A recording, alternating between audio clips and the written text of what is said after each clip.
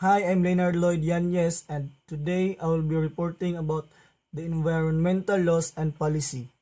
So, I hope that you will get some learnings about my lessons, and let's go. Environmental laws and policy. So, what is environmental laws and policy?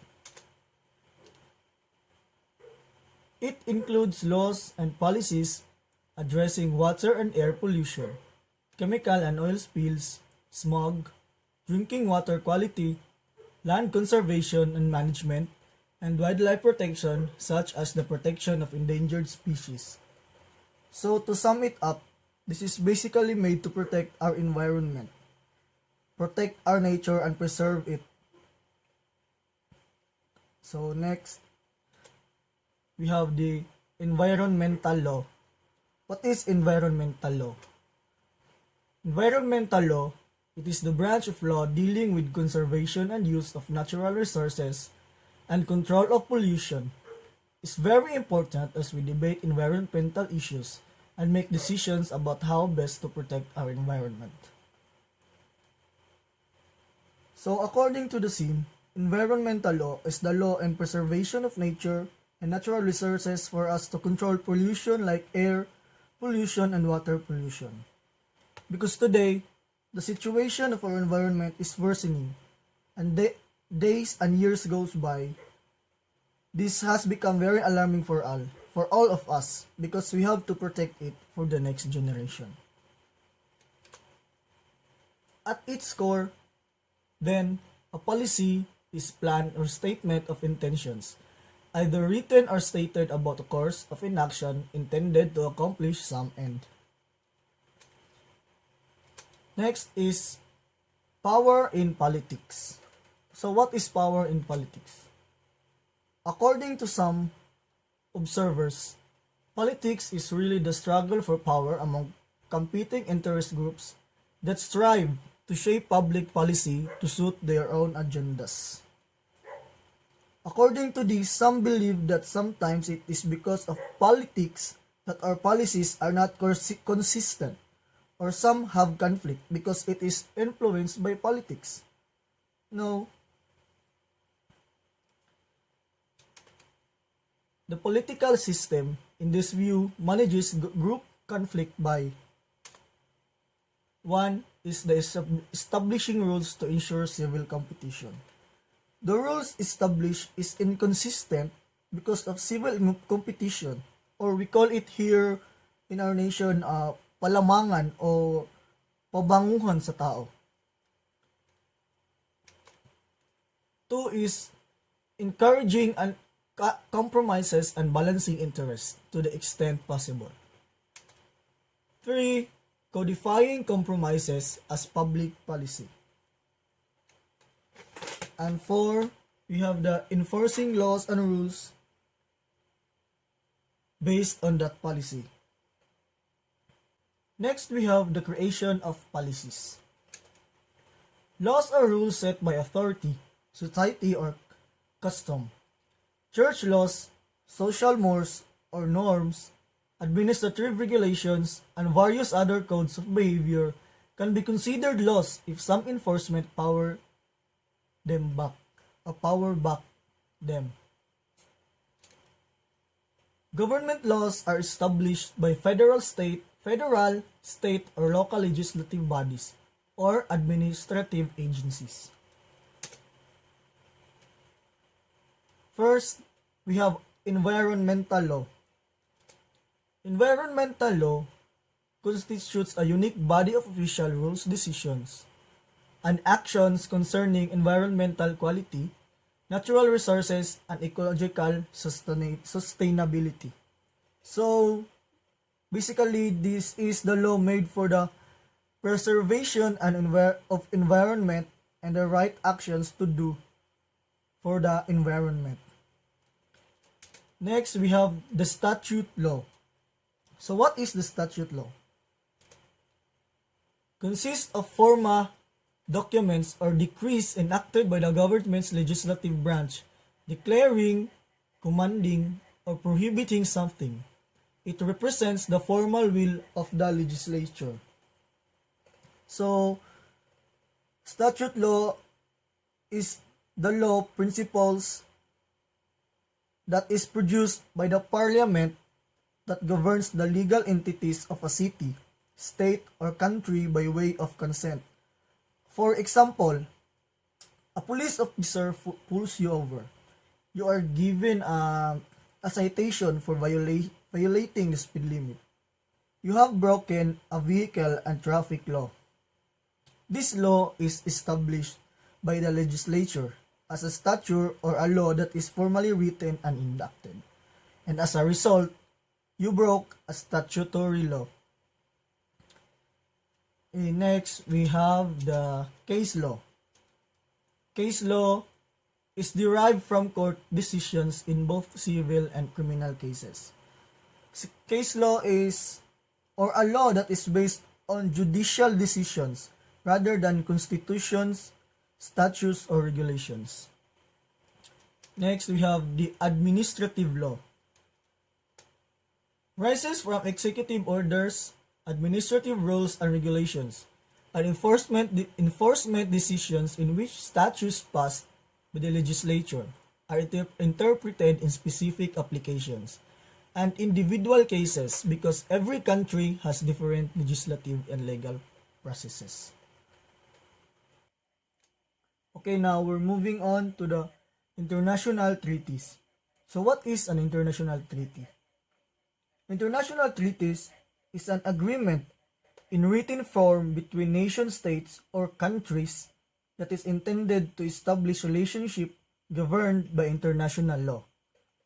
And here are some of the treaties that is connected for or in the environment. First, we have the CBD or the Convention on Biological Diversity of 1992. It is the international legal instrument for the conservation of biological diversity, the sustainable use of its components, and the fair, equitable sharing of the benefit arising out of the utilization of resources. Despite the contrary perception of many, the CBD has been quite successful in promoting and leading the development and implementation of the global diversity agenda. Though not yet at the scale and speed needed to reverse the ongoing crisis and decline of the biodiversity, but we can say that the CBD has a slow but steady progress. Next is the CITES or the Convention on International Trade on Endangered Species of Wild Fauna and Flora of 1973. It is an international treaty to prevent species from becoming endangered or extinct because of international trade. Trade restrictions are designed to regulate markets and lower the demand for imperiled species, allowing their populations to rebound. Next is the CMS or the Convention on the Conservation and Migratory Species of Wild Animals of 1979. This is also known as the Convention on Migratory Species or the Bonn Convention. It's an international agreement that aims to conserve terrestrial, marine, and avian migratory species throughout their range. Next is the Basel Convention on the Transboundary Movements of Hazardous Waste and Their Disposal of 1989. So the main objective of the Basel Convention is to protect human health and the environment against the adverse effect of hazardous wastes. It regulates the transboundary movements of hazardous waste and obliges its parties to ensure that such wastes are managed and disposed of in an environmentally sound manner. The convention covers toxic, poisonous, explosive, corrosive, flammable, exotic, and infectious waste. Next is the Ozone or Vienna Convention for the protection of the ozone layer and Montreal Protocol on Substances Deplete the Ozone Layer of 1985. So this is a treaty on the framework for international cooperation concerning the protection of the ozone layer, which was adopted in 1985 and entered into force in 1988. It provides observations, research, and information exchange in the ozone layer. So next, we have the UNFCCC, or the United Nations Framework Convention on Climate Change. So it is one of the Rio Conventions. Its ultimate objective is to achieve the stabilization of greenhouse gas concentrations in the atmosphere at a level that would prevent dangerous interference with the climate system. So next is the CCD, United Nations Convention to Combat Desertification in those countries experiencing serious drought and desertification, particularly in Africa. It is adopted in 1994 and it is the sole legally binding international agreement linking environment and development to sustainable land management. So next is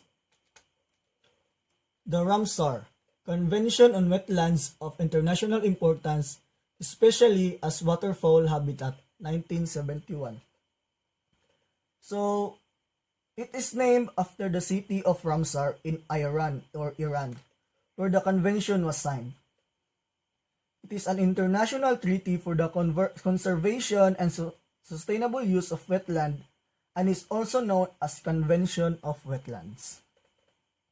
The main goal of this treaty are to halt the worldwide loss of wetlands and to conserve through wise use and management of those that remain. Next, we have the Heritage Convention concerning the protection of the world and world cultural and natural heritage. This is also known as the World Heritage Convention. It is one of the most important global conservation instruments. Created in 1972, the primary mission of the convention is to identify and protect the world's natural and cultural heritage considered to be of outstanding universal values. By signing the convention, each country pledges to conserve not only World Heritage sites situated in the territory, but also to protect its natural heritage. And next, the last one, we have the UNCLOS, or the United Nations Convention on the Law of the Sea. The UNCLOS lays down a comprehensive regime of law and order in the world's oceans and seas, establishing rules governing all uses of the ocean and their resources. The law of the sea is a body of customs, treaties, and international agreements by which governments maintain order, productivity, and peaceful relations of the sea. So that is all for my report, and I hope you guys learn something from me, and thank you for listening.